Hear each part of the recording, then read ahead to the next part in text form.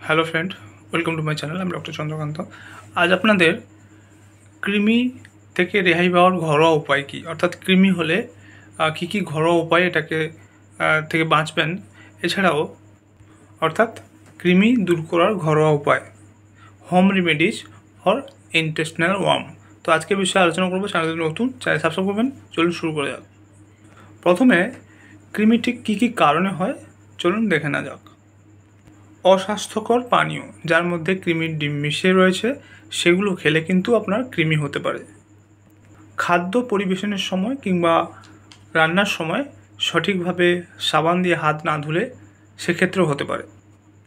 এছাড়াও খোলা মাঠের মধ্যে শৌচ করলে এবং সেই মাঠে খালি পায়ে হাঁটলে সেখান থেকেও হতে পারে। এছাড়াও সবজিগুলো ঠিকমতো না ধুয়ে কিংবা ভালোভাবে না রান্না করলে সেখান থেকেও হতে পারে। কৃমি হলে ঠিক কী কী লক্ষণ থাকে, অর্থাৎ কিভাবে বুঝবেন যে আপনার কৃমি হয়েছে? ক্রমাগত পেটে ব্যথা বা ফোলাভাব থাকতে পারে, ওজন কমে যাবে, ডায়রিয়া বা কোষ্ঠকাঠিন্য হতে পারে। এছাড়াও মলদ্বারে চুলকানি, ক্লান্তি এবং দুর্বলতা থাকতে পারে। এছাড়াও টয়লেট ব্যবহার করার পর কিংবা খাওয়ার আগে সাবান দিয়ে হাত না ধুলে সেক্ষেত্রেও হতে পারে। এটা জানার জন্য কি টেস্ট করতে পারেন, সেটা হচ্ছে স্টুল টেস্ট করতে পারেন।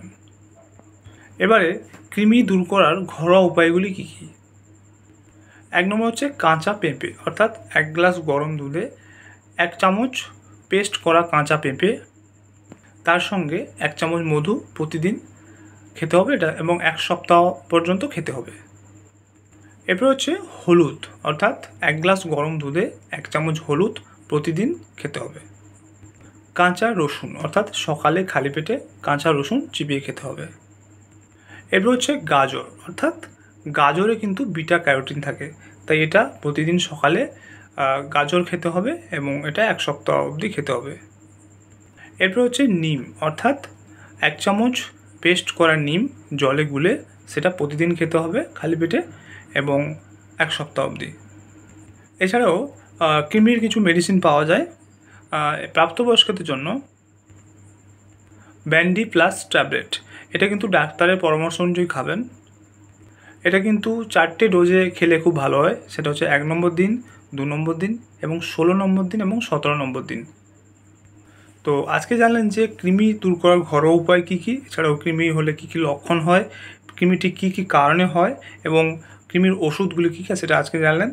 তো এই ওষুধগুলি কিন্তু ডাক্তারের পরামর্শ অনুযায়ী খাবেন। তো আজকের ভিডিও এই পর্যন্ত। চ্যানেল নতুন, চ্যানেল সাবস্ক্রাইব করবেন, ভিডিও লাইক করবেন। Thank you for watching.